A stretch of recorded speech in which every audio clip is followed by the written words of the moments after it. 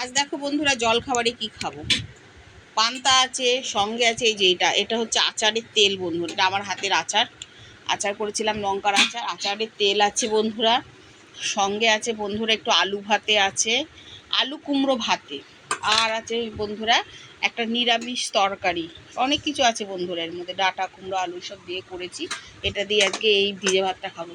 আর মা খাবে গরম ভাত। মা ঠান্ডা ভাত খাবে না, কারণ মায়ের শরীরটা ভালো না তো। না ওর এখানে কেন আবার গরম দিলে কেন?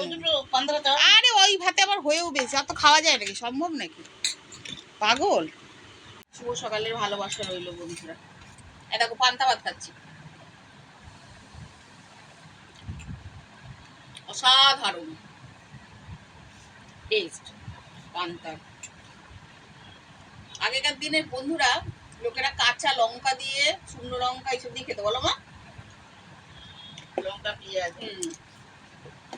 পেঁয়াজও সবসময় থাকতো না, লঙ্কা ফঙ্কা দিয়ে খেত শুধু ভাত। ডালের বড়া আলু ভাজা।